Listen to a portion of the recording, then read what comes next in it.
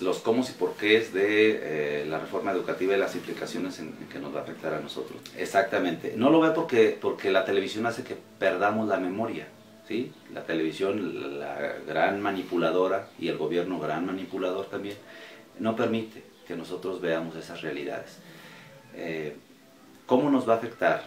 Analicemos lo que les pasó a los ferrocarrileros. Empezaron a desmantelar al sindicato de ferrocarrileros desde abajo, los primeritos, o sea, los que no podían casi defenderse, empezaron a desmantelarlos, empezaron a liquidarlos y empezaron a quitarles su trabajo. Y desaparecieron el ferrocarril de nuestro país, que era un sindicato importante por su número de integrantes. Y entonces lo hemos ido viendo, ¿no? Cómo han ido desmantelando lo que es un bien público para el país. La educación, ¿por qué la educación la dejaron, creo yo, hasta el final de estas políticas neoliberales? Porque es un tema muy delicado para la población en general. Sea persona muy conocedora del tema, o sea persona, padre de familia común y corriente que quizás no sepa mucho de educación, pero vea la educación como una opción para salir adelante. Y esa visión nunca se la vamos a quitar de la cabeza a los padres de familia. Y entonces, ¿por qué lo dejan hasta el final? Porque no podían atacarla de un primer flanco. La tenían que atacar de diferentes flancos, y eso es lo que está haciendo ahorita el gobierno. Ataca primero denostando a los maestros, y luego para decir, es que los maestros no quieren ser evaluados. No nos estamos negando a ser evaluados. Sabemos perfectamente que una evaluación en nuestro país no puede ser estandarizada. No puede decir, con esta evaluación, con las mismas preguntas, yo voy a evaluar a los maestros de todo el país. Porque para eso debes de conocer muy bien tu país, y por eso precisamente yo quise conocer un poquito de lo que es mi país. No puedes aplicar una prueba estandarizada. Por ejemplo, hay algunas preguntas que en Chiapas me llamó la atención, que me decían los indígenas. Es que, profe, en la prueba de enlace viene preguntas para los niños relacionadas con el metro del DF. Para empezar, yo ni siquiera sabía qué es el metro. Y entonces te das cuenta, pues, que una prueba estandarizada no es factible, y menos en un país como el nuestro, que es tan diverso, tan amplio, tan lleno de cultura, tan lleno de diferentes costumbres, de diferentes dialectos, idiomas, lenguas. No podemos evaluar porque el conocimiento que ellos tengan, quizá, como lo mencionaba en la reforma del 92 con el constructivismo, tienes que construir de lo que tú conoces. Y entonces, ¿cómo un niño de la sierra de Chiapas va a conocer el metro del DF? Un niño indígena que su alimento es un agua con masa y endulzada con azúcar. Ese es su desayuno. Entonces, ¿cómo podemos evaluar, cómo podemos aplicar una prueba? Ese es por un lado. No, el asunto aquí es que las pruebas estandarizadas está comprobado que no son viables para las políticas, digamos, para el crecimiento educativo. No, una prueba estandarizada no te va a arrojar los resultados. No porque te contesten bien en el examen, en una prueba estandarizada, eso de garantía de que hay calidad educativa. No, las políticas educativas, porque finalmente tú estás sujeto a las políticas educativas, y quien diseña las políticas son el gobierno, no eres tú como maestro. Y en todo caso, a quien tiene que evaluarse, y eso es lo que yo, y creo yo que muchos maestros lo estamos también solicitando, es que se evalúe a los que diseñan los planes y programas de estudio, no a quien los lleva a cabo, o sea, no a quien está, digamos, aterrizándolos, porque finalmente podemos nosotros aterrizarlos y ser buenos conductores, o ser buenos pilotos, y aterrizar el avión de manera tranquila, ¿no? Pero hay otros que quizá ni sabemos, porque cambian las políticas apenas estamos agarrándole la onda a un plan y programa, a una reforma, cuando ya viene otro y te la cambia, y apenas estás entendiendo y viene otro. Ese es el gran defecto de las políticas educativas en México. No hay un seguimiento. Debe haber una continuidad, exactamente, porque un proyecto educativo no se termina ni siquiera en 20 años, creo yo. ¿Por qué han hecho todo esto de reformar y reformar? Es una manera de manipular y de decir que nosotros, los maestros, los que somos la base del sistema, la raíz, no hemos funcionado. No hemos funcionado, digamos, no han funcionado los maestros porque las políticas están mal diseñadas, pero están mal diseñadas porque ellos eso pretenden hacer de la educación. Claro que hay responsabilidad de los maestros, pero analiza, por ejemplo, todos los estudiantes que tenemos, todos los que han egresado, todos los médicos, contemos los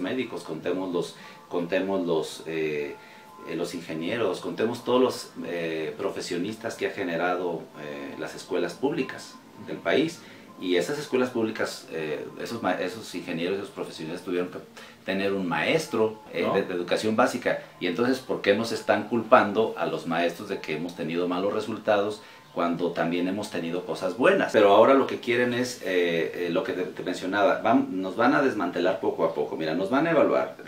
Yo, por ejemplo, no le temo a una evaluación. Creo que los maestros, los que estamos conscientes del trabajo que hacemos, no le tememos a una evaluación. Le tememos a la manipulación que hagan de la evaluación, porque sabemos que en México la corrupción está tan arraigada. Hay una manipulación tremenda, te voy a decir. Hace el año pasado se aplicó un examen a los maestros para ingresar a la carrera docente, y se les aplicó un examen con fondo rojo. Todo el examen era con fondo rojo y escrito con letras negras. El papel era rojo. Y con letras negras. El fondo rojo, para empezar, despierta intranquilidad, enojo, y el gobierno lo sabe. Entonces aplica un examen de ese tipo en fondo rojo. Los maestros salieron con dolor de cabeza, porque ya sabrás las implicaciones que tiene el que estés fijo durante 4 horas en un fondo rojo leyendo letras negras. Salieron mareados, baja la presión, se encoleriza la persona, y aparte lo confusas que estaban las preguntas, porque no eran preguntas simples, era muy confuso el examen. Yo no te puedo decir cómo venía planteado las preguntas, pero los maestros decían que era leer muchísimo, o sea, te querían cansar con la lectura para preguntarte algunas cuantas cositas muy confusas, y lo que querían era cansarte la vista. Entonces, ¿para qué es el examen? ¿Es para cansarte o es para que realmente medir el conocimiento que tiene el docente, o las habilidades que tiene el docente, o si eres apto o no apto para ser docente? No puedes, lo que mencionabas hace ratito, que percibías en mí, tú no puedes evaluar eso en un maestro. Son cosas subjetivas. Son cosas demasiado abstractas como para que sean evaluadas con un examen. Tú no puedes evaluar la vocación del maestro. ¿Cómo vas a evaluar la vocación del maestro? Hay implicaciones psicológicas en un examen con esas características, porque son mañosos, son tramposos, chapuceros, para limitarte más esas capacidades que tú puedas tener y bloqueártelas, porque finalmente un examen con fondo rojo te cansa la mente. Y te genera psicológicamente una serie de cosas que no son normales, ¿sí? Que si tú aplicas un examen normal en fondo blanco, ¿sí? Eso para mencionarte un ejemplo, es chapucero el examen. La evaluación, claro que no va a medir de veras si el maestro es idóneo o no es idóneo. Porque para ser un buen maestro no basta con que tengas muchos conocimientos, y eso lo sabemos. Si eres un excelente conocedor de la ciencia y del conocimiento humano que está generándose ahorita y que se ha generado, y lo dominas a la perfección, eso no te da garantía para que en realidad tú seas un buen maestro frente a los alumnos.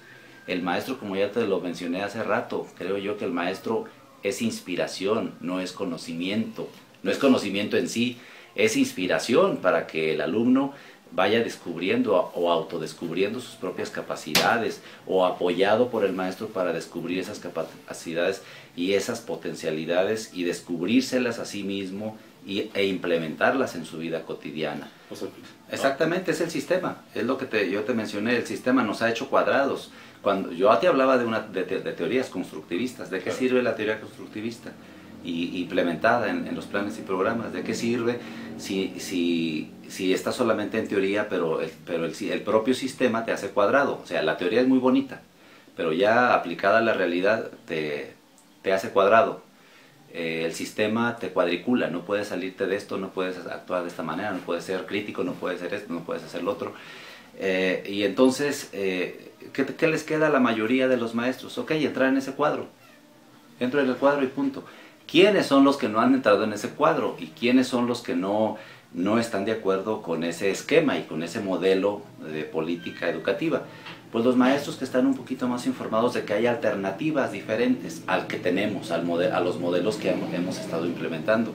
¿Y quiénes son esos maestros? Son los maestros que han visto otras opciones de políticas educativas y que critican el sistema que ha implementado el gobierno mexicano a lo largo y ancho del país durante diferentes sexenios.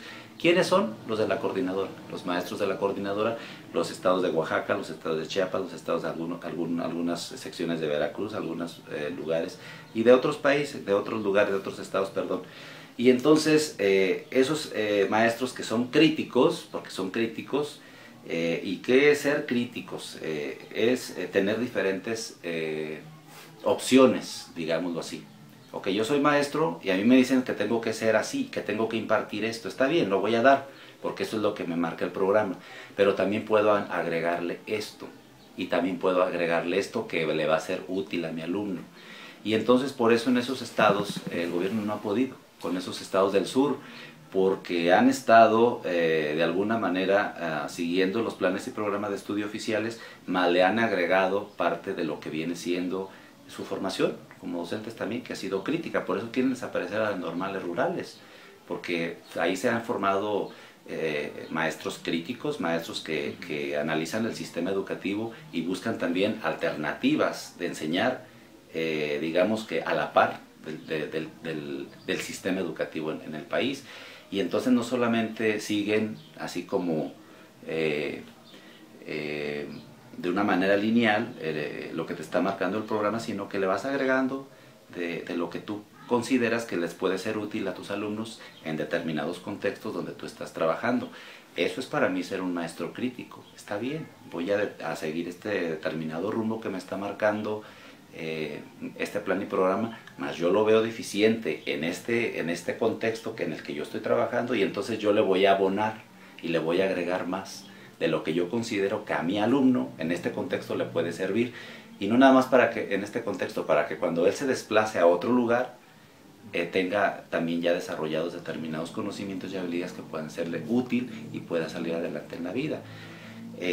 Eso es lo que los estados del sur le han apostado. De hecho, ellos, cuando se diseñó la reforma educativa, esta mentada reforma educativa, ellos fueron invitados por el gobierno, por Chong, para que ellos recogieran inquietudes diversas de todos los estados del país, y entonces ellos hicieran una propuesta, ¿sí? Ellos no se quejaron antes de que les pegaran, ellos fueron propositivos. Ellos dijeron, perfecto, quieren hacer una reforma. Entonces el propio gobierno les pagó a los maestros de Oaxaca y de diferentes partes de los digamos, de los que están en contra de esta reforma de manera abierta en los medios de comunicación y públicamente. Y entonces ellos hicieron su trabajo, entregaron al secretario de Gobernación, a Chong, toda su propuesta de lineamientos y sustento pedagógico y filosófico de las diferentes regiones, considerando la biodiversidad y la multiculturalidad que existe en nuestro país, y simplemente fue borrado, porque ellos son los que tienen el poder, como decía una maestra, ellos tienen el lápiz y el borrador, y ellos escriben lo que quieren y ellos borran lo que quieren. Y todas estas propuestas que hizo la Coordinadora Nacional, en este caso la CENTE, los maestros que conforman ese bloque del sur y algunas partes de diferentes estados del país, diseminados de una manera muy poco, pero que también se da, no lo incluyeron. Simplemente no era viable. Es como darles a tole con el dedo. Está bien, te vamos a dar oportunidad de que hagas esto y te vamos a calmar mientras nosotros cocinamos lo que nosotros queremos, y entonces al rato tú te vas a tener que comer lo que yo te dé. Y eso fue el enojo de los maestros de la coordinadora, porque no se vale que se burlen de esa manera. O sea, cualquier persona, aunque no seas maestro, cuando te están engañando y te dicen, ok, está bien, ven, participa y te vamos a dar la oportunidad de que lo hagas, y luego al rato ninguna de las propuestas fueron incluidas, o sea, todo el trabajo que hicieron fue desechado, no sirvió porque ellos ya tenían totalmente cocinado lo que querían hacer. ¿Y por qué está cocinado desde su origen? Precisamente como una manera de manipular al pueblo a través de la educación. Solamente vas a saber esto. Esto no puedes saberlo, porque esto es malo, porque esto a mí como gobierno me va a descontrolar. ¿Sí? Pero si tú como gobierno no tienes nada que esconder y tú lo que quieres es la prosperidad para tu país, tú no debes de temer de que el pueblo te vaya a exigir a ti como gobierno los resultados que como gobierno debes darle al pueblo. Y entonces, claro que es un mecanismo de defensa para el propio gobierno. Vas a aprender solamente esto hasta donde yo te permita que aprendas, y hasta donde yo permita que tú desarrolles determinadas habilidades, y hasta donde yo permita que seas crítico, porque si ya eres demasiado crítico, ya no me convienes, porque entonces me vas a criticar o me vas a... no, me refiero a crítico no de criticar, de que haces vale esto o haces mal lo otro, no. Crítico me refiero a que estás formando ya a un ciudadano en donde ya estás viendo las diferentes posibilidades que puede haber de gobierno. Está bien, estás gobernando de esta manera, no es la adecuada. Estás aplicando esta política educativa, no es la adecuada. Estás aplicando esta política de salud, no es la adecuada. ¿Sí? Ese es un pensamiento crítico, ¿sí? Buscar las diferentes opciones, pero cuando ya un ciudadano se convierte en un ciudadano que está viendo diferentes alternativas que un político o la política en sí debe de darle al pueblo, cuando ya se está formando un ciudadano de ese tamaño, claro que los gobiernos tienen miedo, porque ya no van a poder controlar. Se le ha ganado. Se le ha ganado. ¿Por qué? Porque el propio sistema tiene su propio enemigo en sí mismo, la corrupción.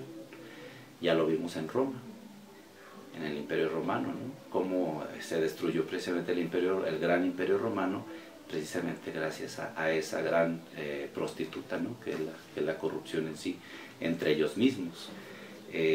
Y lo vemos ahorita claramente en los medios de comunicación, y la gente que no lo quiere ver es porque no lo quiere ver, bueno, pues que quiere vivir en Mexicolandia todavía. Pero ahí tenemos la gran corrupción de Peña Nieto y la empresa AIGA, ¿no?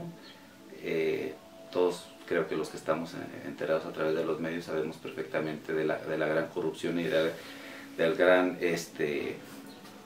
tráfico de influencias que existe entre el gobierno y los empresarios. Se dan la mano para eso, para crecer ellos, para empobrecer a los más pobres, para explotarlos. Y la educación es eso, prepáralos para que los explotes. En realidad, padres de familia, despierten, y a jóvenes alumnos despierten, porque la educación lo único que está haciendo en nuestro país, y creo que en todo el mundo, es prepararlos para que vayan y sean explotados, y no rezonguen, y no digan nunca nada, y no protesten, y se callen, y aunque le estén pagando 50 centavos la hora, cállense. Entonces, el sistema educativo en sí, eso es lo que busca. Choca con la democracia, pero la democracia también, desde los tiempos antiguos en Grecia, todos los griegos, los que practicaron la democracia, vieron que claro que tenía sus bemoles, claro que tenía sus defectos. La democracia tiene sus grandes defectos, precisamente por eso, porque la democracia tiende después a convertirse en una dictadura disfrazada de democracia. Precisamente por toda esa red de influencias que empiezan a generarse en la democracia. Mira, yo difiero mucho de la democracia en México, la verdad. Yo ejerzo mi derecho de votar, porque finalmente es un ejercicio ciudadano que debo de hacer uso de mi derecho, ¿no? Me tocó vivir en un país aparentemente democrático, entonces yo hago uso de mi derecho de ir y votar. Sin embargo, yo estoy casi seguro que la democracia en México no existe. Han robado la presidencia en diferentes sexenios. No, que vote, sí, que vaya y vote, pero que razone perfectamente cuál va a ser, a quién le va a dar el voto. La democracia es aparente, tampoco podemos decir que en México no existe democracia, pero es que todo se da en apariencia. Okay. En apariencia es democrático, en apariencia levantas la mano, en apariencia haces esto, pero eso, ese levantar la mano está manipulado. Digamos, ahora que votaron las reformas estructurales en nuestro país, 50 y tantos billones, dicen los medios de comunicación, que fueron otorgados a los diputados para que aprobaran las reformas. Eso es democrático porque tienen que votar para aprobar determinadas reformas y están haciendo uso de su derecho de votar y aplicar, digamos, los conceptos democráticos. Sin embargo, están siendo comprados, vendidos, conciencias vendidas para aprobar determinadas cosas. Lo vemos en las escuelas, también en las escuelas en donde se vota por los representantes sindicales, cómo son amenazados, cómo son utilizados, cómo son agredidos, cómo son de manera sutil manipulados los maestros para que vayan y voten por quien los directores quieren que quede como representante de las escuelas.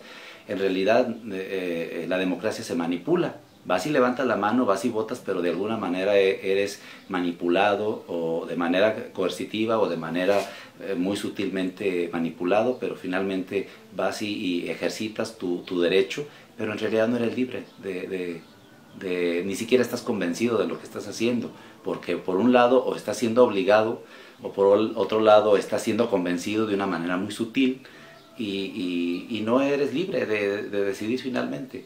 Entonces la democracia, ese es precisamente su gran talón de Aquiles, de que es muy factible de ser manipulado por los que tienen mayor poder, porque no les da totalmente libertad a las personas para que vayan y hagan uso precisamente de ese derecho de elegir lo que mejor les convenga. Te voy a decir por qué tenemos que votar. Porque si nosotros no votamos, entonces si estamos promoviendo el no votar porque ya el hartazgo ya llegó a la población y ya no queremos hacer uso de ese derecho de votar, entonces le estamos dando la gran ventaja a quienes siguen todavía ahorita en el poder. ¿Cuándo se va a romper este vicio antidemocrático en un país democrático, en apariencia? ¿Cuándo se va a romper? Cuando el pueblo verdaderamente tome conciencia de que a quien le está dando su voto en realidad no está cumpliéndole con lo que se comprometió con el pueblo, en donde se dé cuenta realmente que la política o los políticos no están respondiendo a las necesidades del pueblo, que están traicionando a su pueblo, que están traicionando los principios fundamentales de un político o de la política, que es para servir a tu pueblo, y que está respondiendo a intereses de otros países. Entonces creo yo que por ahí va el camino. La democracia se va construyendo, la democracia no se logra de un día para otro. Aquí el problema en México, y lo digo claramente de México porque es lo que me ha tocado vivir, es esa gran alianza que ha existido entre la televisora de Televisa y después TV Azteca y el gobierno. Eso ha logrado mantener una democracia en apariencia, coludidos totalmente. Ok, tú me ayudas, me debes favores, ahora yo te los pago, ahora págame tú. Y entonces ahí es la gran manipulación de la sociedad. Va a llegar un momento en que vamos a exigirle más al pueblo, perdón, al gobierno, y al pueblo también, que sea reflexivo en su voto. Y los gobiernos, si verdaderamente queremos construir un país democrático, primero tenemos que formar ciudadanos críticos y democráticos realmente, ¿sí? Y entonces en esa medida creo que la democracia pudiera ser una alternativa, ¿sí? O pudiera responder un país democrático a las necesidades del pueblo mexicano. Yo sí invito a la gente a que vote, pero que razone muy bien su voto, a quién se lo va a dar, porque finalmente estamos ahorita todavía nuestro sistema político y nuestro sistema de gobierno pues es democrático. No podemos de tajo decir no somos un país democrático, vamos a cambiar las instituciones, el INE nos traiciona, así que hay que quitarlo, hay que derrumbar todas las instituciones porque todas están podridas, están corrompidas por la corrupción y entonces no hay que hacerle caso a todas esas instituciones, están creadas y de alguna manera nos tienen que responder y nos tienen que servir, pero nosotros como pueblo tenemos que exigir que nos respondan, tenemos que pedir que nos respondan.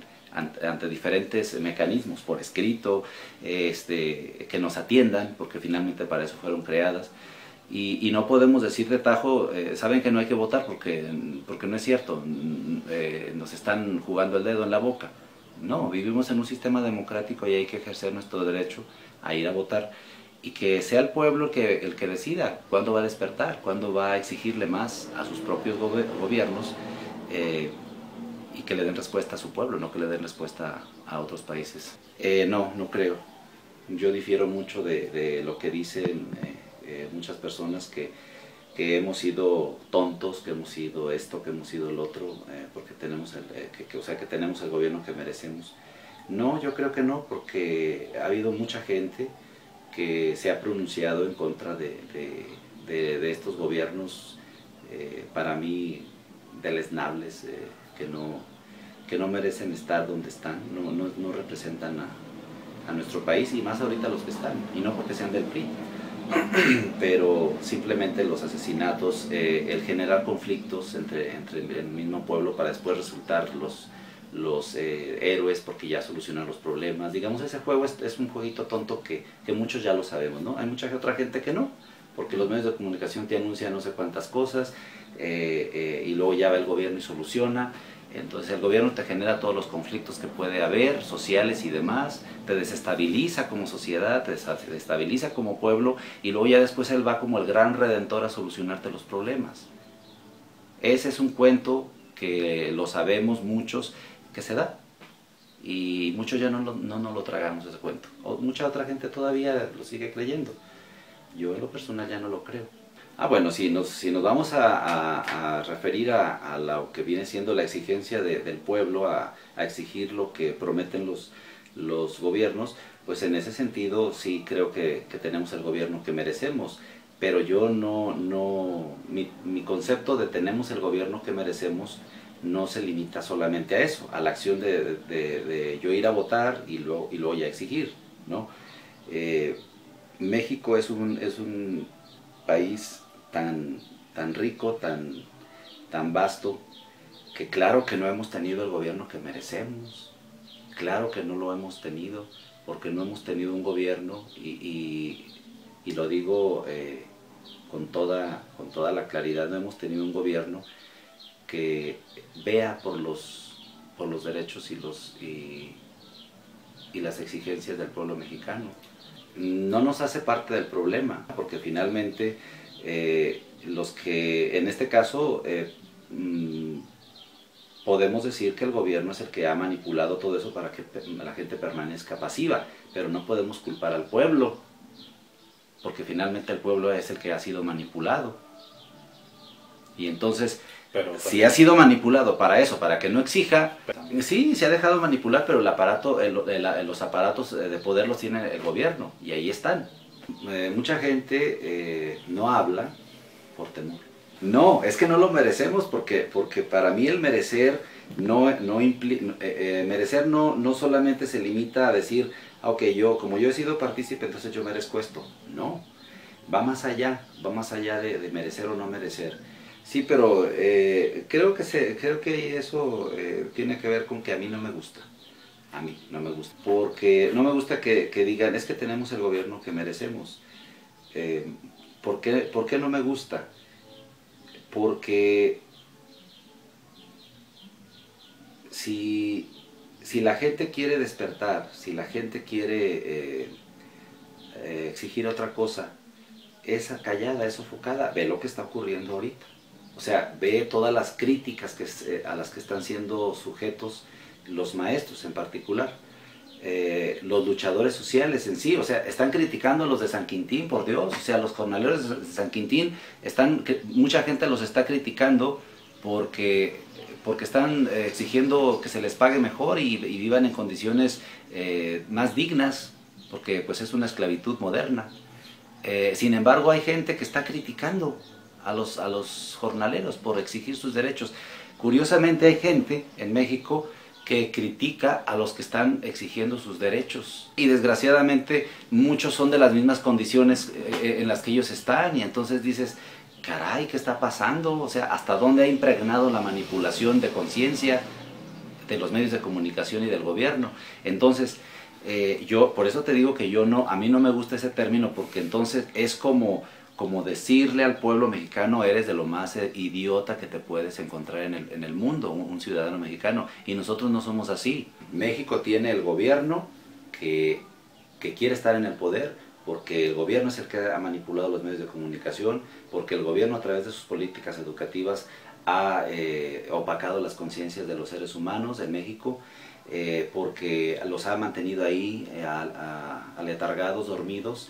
Y entonces no es responsabilidad solamente tuya, tú como ser humano, porque finalmente tú como ser humano naces, creces y vas creando conciencia de lo que eres tú, pero no nada más tú eres responsable, es responsable tu familia, es responsable tu gobierno, es responsable tu creencia religiosa, es responsable... todo lo que de lo que tú te rodeas es responsable, no naces solamente como ser individual siendo responsable tú solo, vives con otros, cohabitando con otros seres humanos, y finalmente todos somos responsables. Entonces no vamos a decir México tiene el gobierno que merece, no.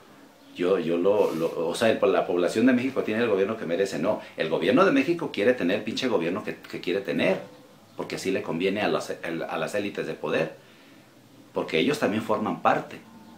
Ellos son igual que tú, igual que yo, son ciudadanos, ¿sí?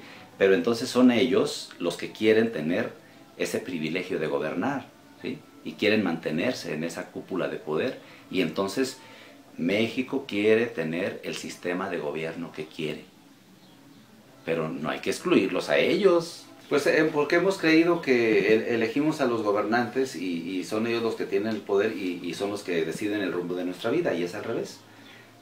Nosotros decidimos el rumbo de nuestra vida, y claro, con el apoyo de la política que en este caso esté imperando en el país, ¿no?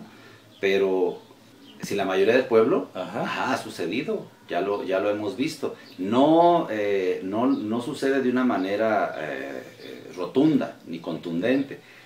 Creo yo que los cambios deben de ser paulatinos. Esto que estamos viviendo, sin lugar a dudas, va a ser un antecedente importantísimo en la historia de nuestro país.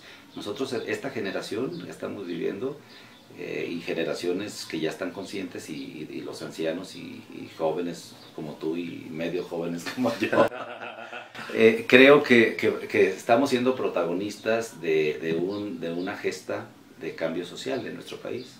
Sin lugar a dudas, yo estoy totalmente convencido que todo esto que estamos viviendo es la gestación de un cambio que se puede dar, no sé cuánto, no sé si lo vayamos a ver nosotros, pero las luchas sociales son así, los cambios sociales se dan de manera paulatina, no de manera abrupta. Entonces, pero alguien tiene que iniciar con inconformarse, con rebelarse, con hablar, con no quedarse callado, vencer los miedos. Tenemos que hacerlo, y creo que México está dando los primeros pasos para construir algo mejor. Bueno, primero agradecerte a ti, gente joven, lado joven. Gracias, Cuauhtémoc, por este espacio del lado joven, que ojalá y tenga vida, mucha vida todavía, porque le hace falta este espacio a la gente, que aunque quizá no haya diferentes alternativas de informarse, ojalá y este proyecto que tienes tú, y que lo veo interesante, sobre todo porque surge de un impulso sano, de un impulso positivo, ojalá continúe. Por otro lado, a decirle a la gente que las reformas educativas y las reformas estructurales de este señor Peña Nieto, en realidad yo no culpo a Peña Nieto, porque es solamente como un títere de los altos poderes del mundo, en este caso de Estados Unidos, y que por favor abramos los ojos. Muchos jóvenes creo que ya están despertando de ese sueño en donde creemos que tenemos un gobierno autónomo. En realidad no somos autónomos. Los grandes poderes fácticos del mundo son los que están gobernando, en este caso los países que se dejan someter. Y mucho ojo, países latinoamericanos, por ejemplo Ecuador, con Correa, Morales y Nicolás Maduro se les ve como amenazas en el mundo precisamente porque no están sometidos a los poderes fácticos de ese mundo. Pero va a llegar un momento en que todo eso se va a derrumbar y todo eso se va a acabar. Roma no se construyó en un día y tampoco sobrevivió. Entonces lo que está ahorita imperando, la impunidad en nuestro país, la corrupción en nuestro país, los asesinatos que día con día indignan y me siguen indignando, llegará un día en que todo eso tenga un alto, un fin, con la exigencia, espero, de la población consciente de nuestro país, y que poco a poco se vayan despertando las conciencias y aclarando que esto pues no es de desesperar, porque le comentaba a mi compañera, mi Ivonne, que ya no me desespero, porque esto es un proceso para algunos corto, para algunos muy largo, de que se despierte esa conciencia social, de querer un país más justo, de luchar por construirlo, de ser partícipe, porque vivimos en un estado más equitativo, en una sociedad más equitativa, en donde no haya hambre para nadie, en donde los indígenas sean respetados, en donde se les dé un trato igualitario, en donde los recursos del país también vayan de manera equitativa hacia esas comunidades indígenas, que tanta falta hace darles atención médica, darles atención de alimentos, respetarlos, respetar su dignidad como personas, que muchas veces es denostada hasta por el propio gobierno, viéndolos precisamente como carnadas de cañón. Entonces, yo hago un llamado a la sociedad mexicana a que contribuyamos en lo que podamos por ir construyendo un país más justo, más equitativo, más humanitario, en donde podamos tejer lazos de paz y lazos de hermandad entre todos nosotros, y solamente de esa manera podemos contribuir un poquito también a la paz que debe existir y prevalecer en el mundo. Muchas gracias a todos y amor y paz. Los malos resultados, no somos los maestros los que hemos estado dando malos resultados, han sido las políticas. Decidí ser periodista porque tengo ganas de comunicarle a la gente. ¿Comunicarle qué? Bueno, lo que la gente necesita escuchar.